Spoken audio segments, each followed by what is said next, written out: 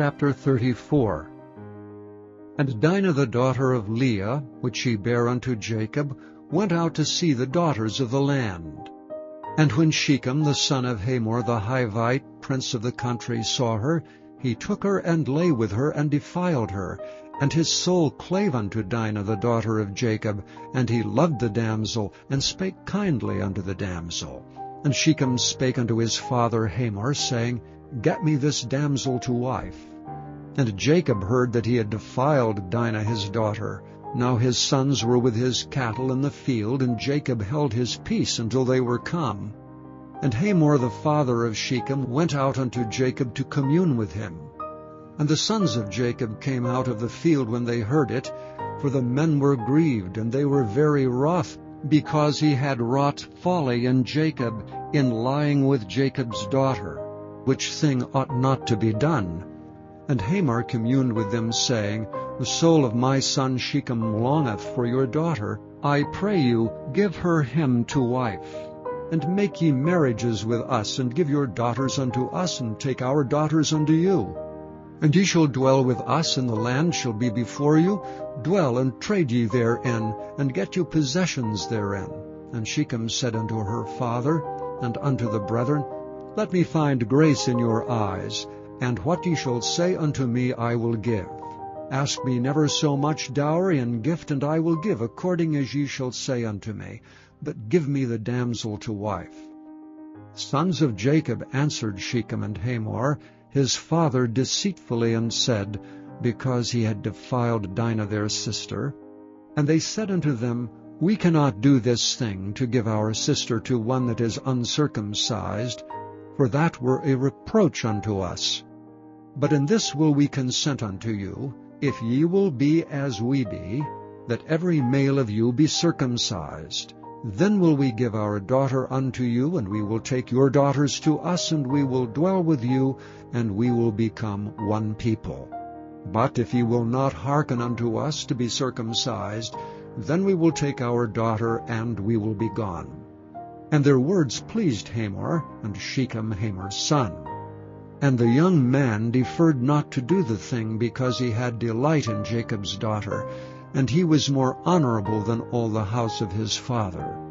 And Hamor and Shechem his son came unto the gate of their city, and communed with the men of their city, saying, These men are peaceable with us, therefore let them dwell in the land and trade therein. For the land, behold, it is large enough for them.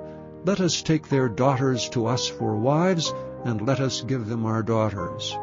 Only herein will the men consent unto us for to dwell with us, to be one people, if every male among us be circumcised as they are circumcised. Shall not their cattle and their substance and every beast of theirs be ours? Only let us consent unto them, and they will dwell with us. And unto Hamor and unto Shechem his son hearkened all that went out of the gate of his city, and every male was circumcised, all that went out of the gate of his city. And it came to pass on the third day, when they were sore, that two of the sons of Jacob, Simeon and Levi, Dinah's brethren, took each man his sword, and came upon the city boldly, and slew all the males. And they slew Hamor and Shechem his son with the edge of the sword, and took Dinah out of Shechem's house, and went out. The sons of Jacob came upon the slain, and spoiled the city, because they had defiled their sister. They took their sheep and their oxen, and their asses, and that which was in the city, and that which was in the field, and all their wealth, and all their little ones, and their wives they took captive, and spoiled even all that was in the house.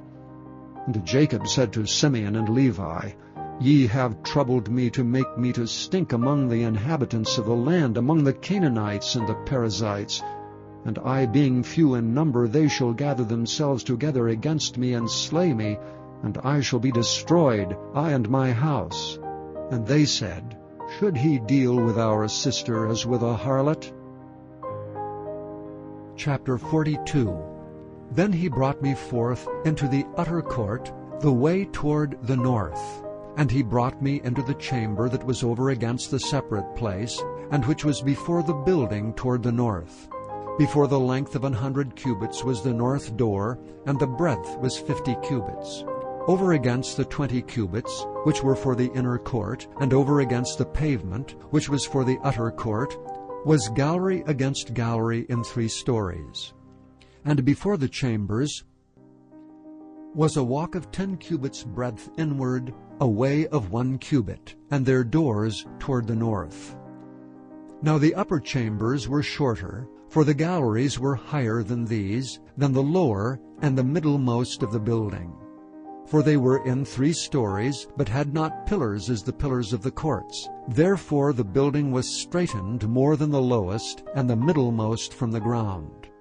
And the wall that was without, over against the chambers, toward the utter court, on the forepart of the chambers, the length thereof was 50 cubits. For the length of the chambers that were in the utter court was 50 cubits, and lo, before the temple were 100 cubits. And from under these chambers was the entry on the east side, as one goeth into them from the utter court.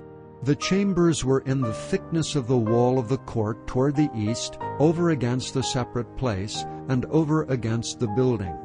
And the way before them was like the appearance of the chambers which were toward the north, as long as they, and as broad as they. And all their goings out were both according to their fashions, and according to their doors. And according to the doors of the chambers that were toward the south was a door in the head of the way, even the way directly before the wall toward the east, as one entereth into them.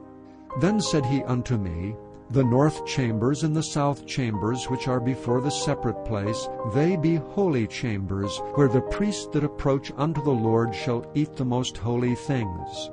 There shall they lay the most holy things, and the meat offering, and the sin offering, and the trespass offering, for the place is holy. When the priests enter therein, they shall not go out of the holy place into the utter court, but they shall lay their garments wherein they minister, for they are holy, and shall put on other garments, and shall approach to those things which are for the people.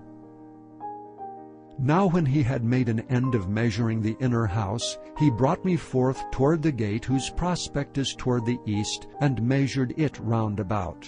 He measured the east side with a measuring reed, 500 reeds, with a measuring reed round about. He measured the north side 500 reeds with the measuring reed round about. He measured the south side 500 reeds with the measuring reed. He turned about to the west side, and measured 500 reeds with the measuring reed. He measured it all by the 4 sides. It had a wall round about 500 reeds long, and 500 broad, to make a separation between the sanctuary and the profane place. Psalm 58. To the chief musician, Altasketh, Mitchem of David. Do ye indeed speak righteousness, O congregation? Do ye judge uprightly, O ye sons of men? Yea, in heart ye work wickedness, ye weigh the violence of your hands in the earth. The wicked are estranged from the womb. They go astray as soon as they be born, speaking lies. Their poison is like the poison of a serpent. They are like the deaf adder that stoppeth her ear, which will not hearken to the voice of charmers, charming never so wisely. Break their teeth, O God, in their mouth. Break out the great teeth of the young lions, O Lord. Let them melt away as waters, which run continually. When he bendeth his bow to shoot his arrows, let them be as cut in pieces.